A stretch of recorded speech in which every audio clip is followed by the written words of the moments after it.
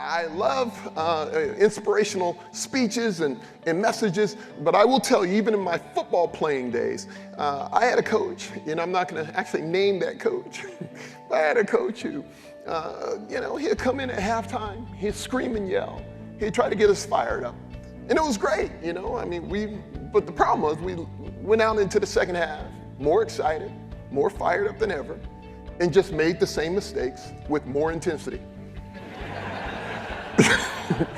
Okay. So sometimes it's not motivation that you need, it's a change of direction. Okay.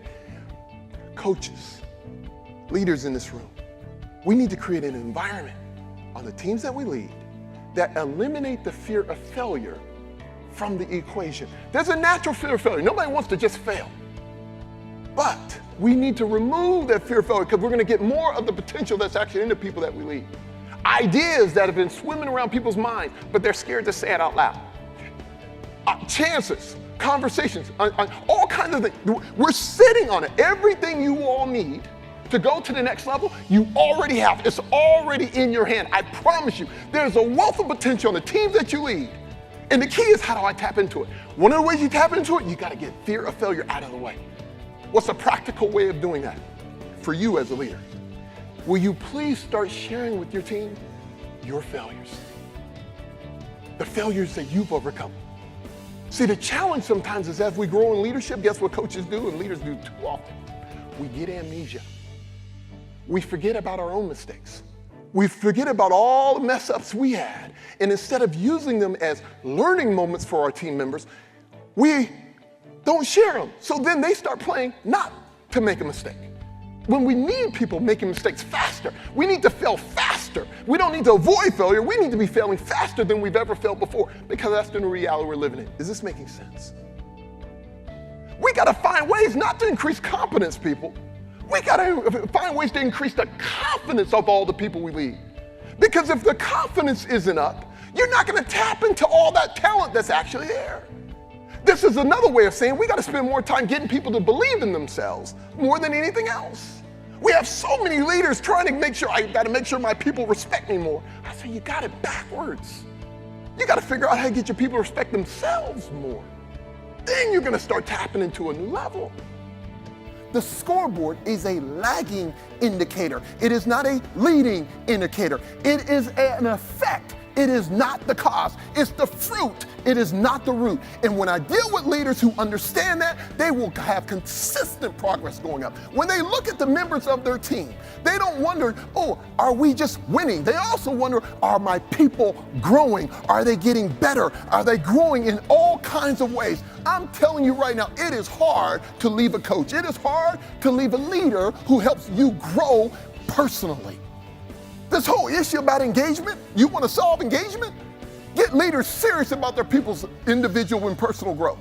You will see the most engaged group of employees you will have ever seen. Those are the kind of teams nobody wants to play. People don't quit jobs, they quit bosses. You give me a good boss, oh. And what makes them a good boss? They sincerely want my growth to happen. Don't mean they're always saying nice things to me. I don't need nice things. Nice things don't make me grow. I said all the time, cheerleaders are great, but I've yet to see them cause a team to win. No offense to anybody who's cheerleading here, okay? But coaching does. And sometimes coaching causes sparks to fly, as long as you're coaching from where their potential is. I will say it right now, there is a leader in here working with someone on your team. That individual on your team may be your top performer, but they are not maximizing their potential. And if you don't call them on that, their talent, the way we say it this way, too often we allow being good to get in the way of being great. We allow being good enough to get in the way of being great enough.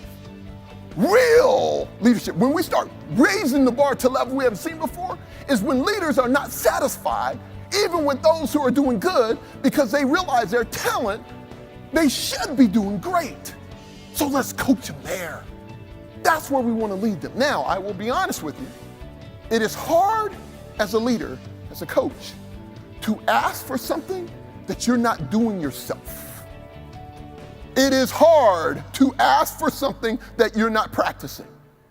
It is hard to ask for something that you are not practicing. So the first filter, the first criteria before I ask for anything in terms of growth from my people, am I growing myself? What am I doing to get better? What am I doing to stretch myself? What am I doing to unleash more of the potential that I have? I'm telling you, this is next level. I want you to feel what it's like anytime you're about to take on something new. Why is that important? As great as your success currently is, it is now your comfort zone. That's not a bad thing, but it is now your comfort zone. And my question to you is, when's the last time you felt butterflies in your stomach?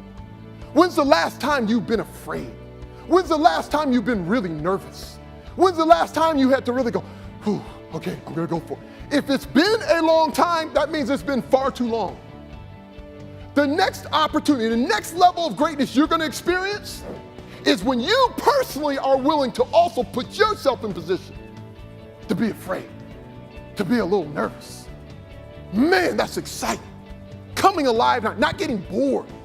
And the reason why it's so significant, every single time you go to another level, look how many people are impacted when you do. It's not just about you. Leaders in this room, it's bigger than you.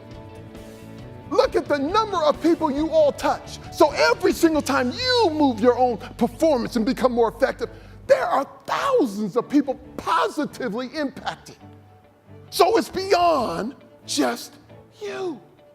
What I did not tell you is how to avoid uncertainty. I didn't tell you how to avoid failure, and I definitely didn't tell you how to avoid rejection. What I did was tell you how to avoid the fear of them. Because uncertainty, failure, and rejection go hand in hand with success. You all know that. So we're not talking about avoiding it, we're talking about confronting it. Hopefully this last story makes it plain. My rookie year when I was with the Jets, I'm a wide receiver. That's what I do. You guys see the size of my hands, and my job is to catch the ball. And as a wide receiver, our goal is not to get hit. But in order for me to get on the field, I had to play special teams, which meant I had to be on the kickoff team. And just so you know, that job isn't fun. Not only is it not fun, there's parts of the kickoff team that are now illegal. Unfortunately, just 20 years too late. So I was on the kickoff team, and I was called a flyer. And my job as a flyer is to run down the field as fast as possible and split something called a wedge. A wedge is comprised of guys who are usually too big to be linebackers, but too small to be linemen, where their necks and shoulders are all tied together, and they wrap their arms together like this and run straight ahead. My job was to split that. That's a dumb job. So as I'm running down the field as fast as possible, fortunately in this particular game, the first two, the ball went, in the end zone, another one went out of bounds. Unfortunately, in the fourth quarter, here goes the kickoff. I'm running down there, and unfortunately, the wedge is formed. I'm running right at the wedge. I look at the wedge. I sit there and think, do I go through this or do I go around it? Well, I think it was Stephen Covey who said win-win or no deal, right? So I ran straight to it, and I decided to make a left. I came around the way from behind, made the tackle, brought him down. It was awesome. I felt great about it. I got to the sideline. I high-fived my guys. Only problem was the tackle was made on the 40 instead of on the 20. They had a quarterback who was pretty good. I think his name was Dan Marino. Put the team in position. They kicked the field goal. We lose the game. Now, the New York media rips our coaches. They rip our quarterback. They rip all the main players until we get in the film room. My coach, who was the one who mentioned potential to me earlier, has the play on film. And he goes, guys, I want you just to watch this one play. At the very beginning of the film study, we didn't watch the first quarter, second, we went straight to this. I was like, oh man, they're gonna show my tackle. Ooh, I was off. What he did was he showed the whole team running down the field, and he said, I want you all to watch number 18, me. He said, I want you to watch what happens when one man decides to do his own thing instead of doing what needs to be done. I ran down there full speed. He goes, now you're about to see something you've never seen before. How one man can run that fast and turn at a 90-degree angle. That's literally impossible unless you're scared to death. That's what I did. I came around the back, he shows the tackle, he looks at me, he says, 18, if I could cut you right now, I would. This is what's crazy. He goes, our kicker hit somebody. Our kicker even hit somebody, and look at you. Do you know what I said in front of all my teammates? I said out loud, man, I'm a wide receiver. I shouldn't have been on the kickoff team anyways. Yeah, I know, I was stupid. First thing out of his mouth was this. He goes, man, if I could cut you right now, I would. He says, what you don't understand is that you are not a wide receiver, man. You're a New York Jet. You're a football player. And leaders do what needs to be done, not just what they want to do. He said, everybody did what they needed to do, but you ran around the wedge. That moment has changed my life in so many areas. Every time I walk down my hallway, and my 60-year-old daughter is in her room, and it's time for a real conversation, but instead of making a left into her room, I run around the wedge and keep walking straight. Every single time I don't have a performance management conversation with somebody on my team because I just don't want to hurt their feelings. So I let them continuously perform at a level that's beneath their potential. Guess what I'm doing? I'm running around the wedge. Every single time I don't confront an issue with my wife, knowing good and well it needs to be worked on, I run around the wedge. I'm not meant to run around the wedge. I'm meant to run through the wedge. Fear is going through the wedge gets us to where we want to go. Is this making some sense? My question to you is, what wedge do you need to run through? What conversation is necessary?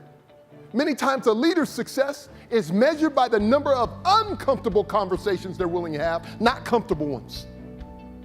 And so for you right now, what's the wedge that you need to run through? And here, think about this. At the level of success you're already having, and you keep identifying new wedges, oh my God, you will reach places the majority of the world have never arrived at. But it doesn't matter. Do not let fear create any wedge in your life or comfort in any wedge in your life. Go right through it. Last thought I want to leave with you. I want to thank every single one of you. I want to thank you for what you do. I want to thank you for your level of success. But I also tell you, please, you've already done it, but please leave this place better than you found it. Pour everything that you have in you, please pour it into someone else so they can keep this thing going. God bless you. Thank you all.